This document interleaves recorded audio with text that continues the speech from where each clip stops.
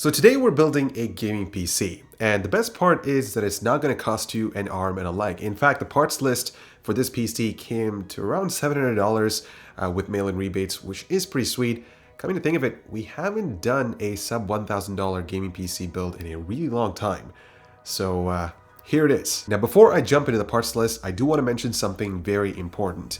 This is a gaming PC, and I want to emphasize gaming because that's ultimately what we're going for. It's not necessarily something that's geared for streaming or content creation. In fact, if you're looking for something that can do all of that, you might have to spend a few extra $100 on top of that to achieve something that is...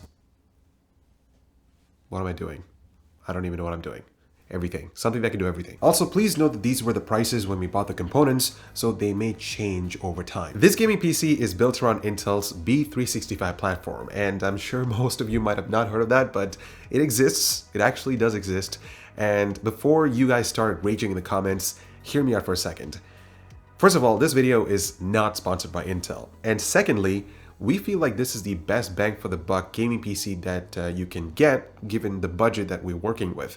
And there are some downsides going with this platform, and I'll definitely talk about it a little bit later in the video. And I'll walk you through some suggestions and alternatives if you absolutely desperately need Ryzen in your life, because I know some people are going to get hurt for not going with the Ryzen PC. I mean, I understand you, I feel you, and I'm gonna give you options. So sit tight and let's go over what we have right after this. The Neo cases by Metal Gear come in 3 variations: Neo Silent, Neo Air, and Neo G to satisfy your build and visual preference with the good I/O, excellent internal layout, and RGB fans included on Neo G and Air models. Check the description to see which Neo is best for you. Okay, so the CPU of choice is the Core i5-9400F. It's a 6-core processor without hyperthreading, and it doesn't have IGP, which isn't the goal for this build because it's strictly a gaming PC, and that's where a discrete GPU comes into play. It's priced at $145, and for the same cost, if you're looking for something from AMD, that would be the Ryzen 5 3400G, which features 4 cores and 8 threads, and comes with built-in Radeon RX graphics. Another alternative is the Ryzen 5 2600, which is a 6-core 12-thread processor, and you can pick it up for less than $120. It seems like a better option if you're looking for streaming and all kinds of stuff, but do keep in mind that it isn't the latest and greatest offering from AMD, and if you were to look from a raw FPS standpoint, Intel still takes the edge here. You could also go with the Ryzen 5 3600, but do keep in mind that that's going to add an extra $100 on top of this given budget.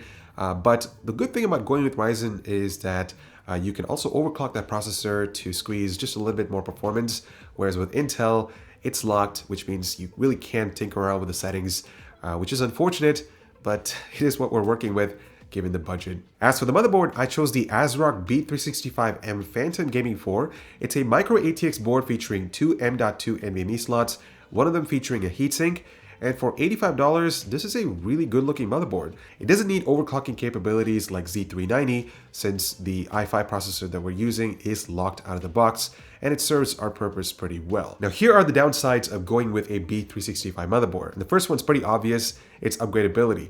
Because if you plan on dropping in something like a 9700K or 9900K, you really won't be able to get the best performance out of them because first of all, you can't overclock them.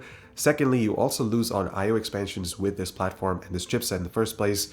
Whereas with Ryzen, you can kind of make your way up to a higher end Ryzen processor and still be able to overclock that processor. So for instance, you could go with a B450 motherboard and then perhaps later on upgrade to something like a 2700X or potentially even drop in a 3700X if you feel like it and overclock that as well. So the upgradability options are certainly a lot more open on the AMD side versus Intel. To cool the CPU, we decided to use the stock cooler that comes with the processor just to keep the price under $700 after rebates.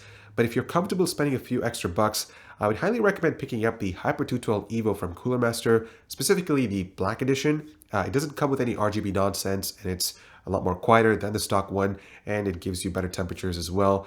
But that is another option if you're looking into something that's not too ugly. For memory, we went with 16 GB of Corsair Vengeance LPX modules, clocked at 2666 MHz. This is a dual channel kit and it's priced at $63, which is something that we were able to find to fit the budget. This next bit is the most exciting part. In fact, I haven't been this excited about using a storage solution.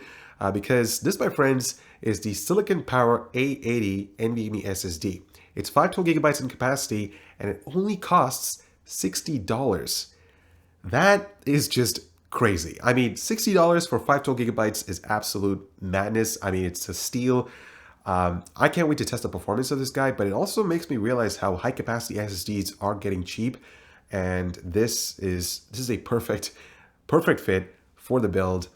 I mean, there's just nothing more that I can add on top of this because it's crazy. Now, the most important part of this build is the graphics card. And for that, we decided to go with EVGA's GTX 1660 SC because it's priced at $240, but you can pick it up right now for $220 with some rebates, but also you're not paying the RTX tax, and for 1080p gaming, this is a perfect fit in my opinion. Powering this entire build is the Corsair CX450M. It is a semi-modular PSU, and it should be plenty enough to power the entire hardware. And finally, the case of choice is the Phanteks B300. It's priced less than $65, and for that, it looks really good. Not to mention the red interior does give it a bit of a premium look, and you also get tempered glass, so if you want to showcase the components inside the PC, this is a great option. So with the parts list out of the way, let's put together this build.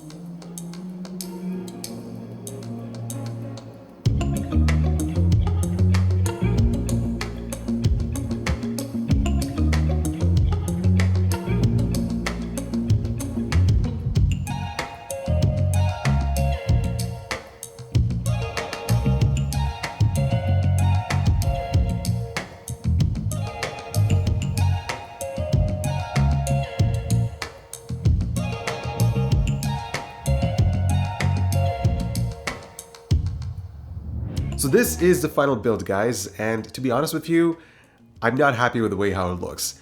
Let's get the first thing out of the way, and that is the stock cooler. It is an eyesore to look at, especially through that tempered glass panel. It just doesn't fit because you've got those cables going into the front panel or the fan header. I mean, it just doesn't feel, or it doesn't look right. Something just doesn't feel in sync with this gaming PC. And this can easily be addressed with an aftermarket cooling solution. So if you plan on picking up the Hyper 212 Black Edition, that should be a perfect fit for this build. The next thing that bothered me the most is the case, because it only comes with a single 120mm exhaust fan at the back. So currently there are no front intake fans, which it's not an ideal airflow solution, but I ran my temperature test and the CPU and GPU ran pretty cool, but I would highly recommend picking a few extra fans, intake fans for the front so that you have that airflow movement going through the hardware. But yeah, that's one of the downsides with this case. I mean, I really wish the Phanteks included just an extra fan for the front. That being said, negative pressure inside this case could be one of those factors that led to lower CPU and GPU temperatures. So I guess the last thing to go over is, how does it game? Well, you can comfortably push heavy-duty AAA titles at 1080p set to the highest settings, way above 60 frames per second. This includes Battlefield 1, Overwatch, Apex Legends, Far Cry 5, and Shadow of the Tomb Raider. Oh, and I also ended up benchmarking the A80 NVMe SSD, and as you can see, it's crazy fast, guys. This is mind-blowing.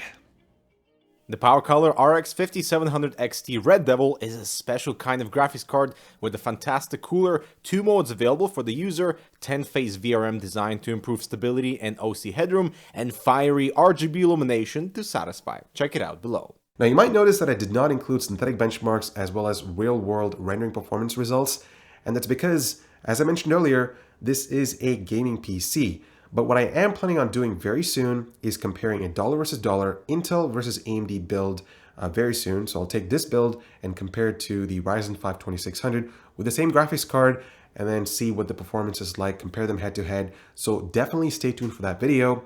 But until then, let me know what you guys think about this $700 gaming PC. I know a lot of people might have thoughts. You could start raging if you want in the comments, but I'm more excited to test this system with what AMD has to offer for the same dollar or for the same amount of money. that makes any sense. Until then, guys, thank you so much for watching. I'm Ibo with Hardware Canucks. Make sure to check out some relevant content over here, subscribe, and hit that notification button so that you don't miss out on a new video. I'm signing off, and I'll talk to you guys in the next one.